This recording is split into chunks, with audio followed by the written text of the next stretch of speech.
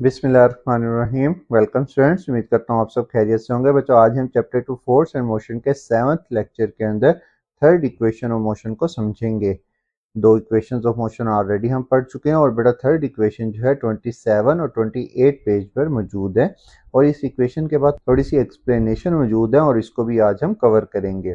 Third equation of motion की जरूरत क्यों पेश आई? अगर बेटा फर्ज करो कोई भी ऑब्जेक्ट, उसकी स्पीड, उसकी वेलोसिटी मुसलसल बढ़ रही है। फॉर एग्जांपल इस कार की वेलोसिटी जो है मुसलसल इंक्रीज हो रही है और आपके पास सिर्फ और सिर्फ वेलोसिटी एक्सेलरेशन मौजूद है और आपने डिस्टेंस फाइंड आउट करना है, या फिर आपके पास डिस्टेंस मौजूद है और एक्सेलरेशन मौजूद है, वेलोसिटी आपने फाइंड आउट करनी है इनिशियल या फाइनल, तो आप बेटा थर्ड इक्वेशन ऑफ मोशन से फाइंड आउट कर सकते हैं। अगर हम सिंपल वन लाइनर इसको एक्सप्लेन करें तो बेटा थर्ड इक्वेशन ऑफ मोशन से हम final velocity, initial velocity, acceleration या डिस्प्लेसमेंट इजीली फाइंड आउट कर सकते हैं विदाउट टाइम। तो बेटा इस इक्वेशन में हम टाइम यूज नहीं करेंगे।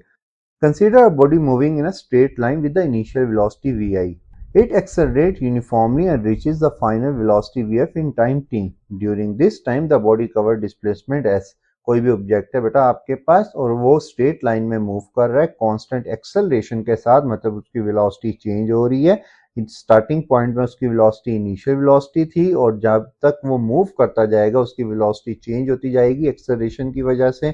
तो बेटा हम कहेंगे the displacement under uniform acceleration can be calculated by average velocity multiply by time, जिसको हमने सिंपल वर्ड में कहा था s is equal to v t. तो यहाँ पर जो v यूज होगा बेटा वो एवरेज वेलोसिटी का v है, लास्ट लेक्चर में हमने डिस्कस किया था। तो बेटा ये फार्मूला बनेगा s is equal to average velocity multiply by t।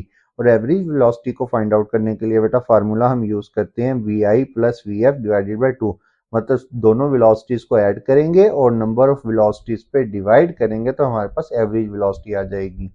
तो यहाँ से अगर बेटा मैं 2 को इस तरफ ले जाऊं तो ये इक्वेशन बनेगी 2s is equal to v f plus v i multiply by T.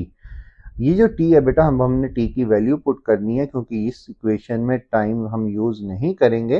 तो फर्स्ट इक्वेशन ऑफ मोशन में बेटा v f is equal to v i plus a t से यहाँ से अगर हम t का फार्मूला निकालेंगे तो t का फार्मूला बनेगा t is equal to v f minus v i divided by a. इस वैल्यू को बेटा अब हम इस फर्स्ट इक्वेशन में यहाँ पर पुट करेंगे तो बेटा इक्वेशन बनेगी 2s is equal to v i plus v f multiply by v f minus v i divided by a. यहाँ पर अगर आप गौर करो तो बेटा ये a plus b a minus b वाली आइडेंटिटी यूज करेंगे जो कि बेटा इक्वल थी a square minus b square में, मैथमेटिक्स में आपने ये पढ़ी होगी।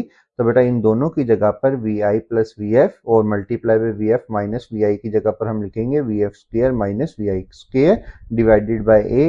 इस तरफ आके बेटा मल्टीप्लाई होगा तो बेटा ये हो जाएगा v f square is equal to v i square plus two s. और यही बेटा हमारे पास थर्ड इक्वेशन ऑफ मोशन है।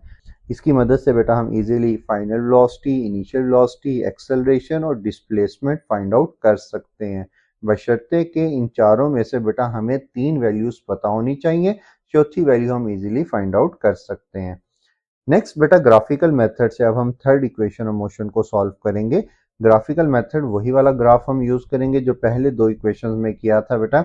ओ से ए तक बेटा हमारे पास इनिशियल वेलोसिटी है और डी से बी तक बेटा हमारे पास फाइनल वेलोसिटी है और बेटा ग्राफ के अंदर जो एरिया होता है वो हमारे पास डिस्प्लेसमेंट को रिप्रेजेंट करता है। इस केस के अंदर पूरी ट्रेपेजियम है, इसका बेटा हम एरिया फाइंड आउट करेंगे और बेटा जो एरिया आएगा वही हमारे पास डिस्प्लेसमेंट के इक्वल होगा। चलें एक्सप्लेन करते हैं इसको। Let's derive the third equation using the velocity time graph. Consider a velocity time graph of an object moving with uniform acceleration. दो कंडीशन जो हमने पहले लेक्चर में भी कहा था कि एक्सेलरेशन यूनिफॉर्म होनी चाहिए, कांस्टेंट होनी चाहिए, और दूसरी चीज बेटा हमने कहा था कि ऑब्जेक्ट स्ट्रेट लाइन में मूव कर रहा हो। The object start from initial velocity vi, accelerate uniformly and reaches final velocity vf in time t. The graph is a trapezium OABD, मतलब OABD ये पूरा एक हमारे पास ट्रेपेजियम है। And the area under the graph give the displacement, और ये इसका under जो एरिया आ रहा है बेटा ये वाला सारा एरिया ये हमें डिस्प्लेसमेंट के बारे में इंफॉर्मेशन प्रोवाइड करेगा। To find the displacement we calculate the area of trapezium under the velocity time graph. तो बेटा s is equal to distance find out करने के लिए एरिया ऑफ ट्रापेजियम, और बेटा इसका फार्मूला आपने याद रखना है 1 divided by 2 multiply by O A plus B D multiply by O D.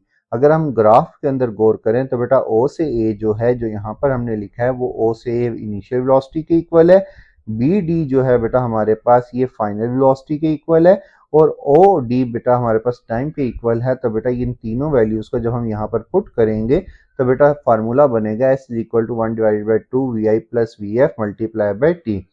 T की वैल्यू बेटा फर्स्ट इक्वेशन ऑफ मोशन से दोबारा यहाँ पर पुट करेंगे तो बेटा ये फार्मूला आ गया 1/2 v i plus v f multiply by v f minus v i divided by A.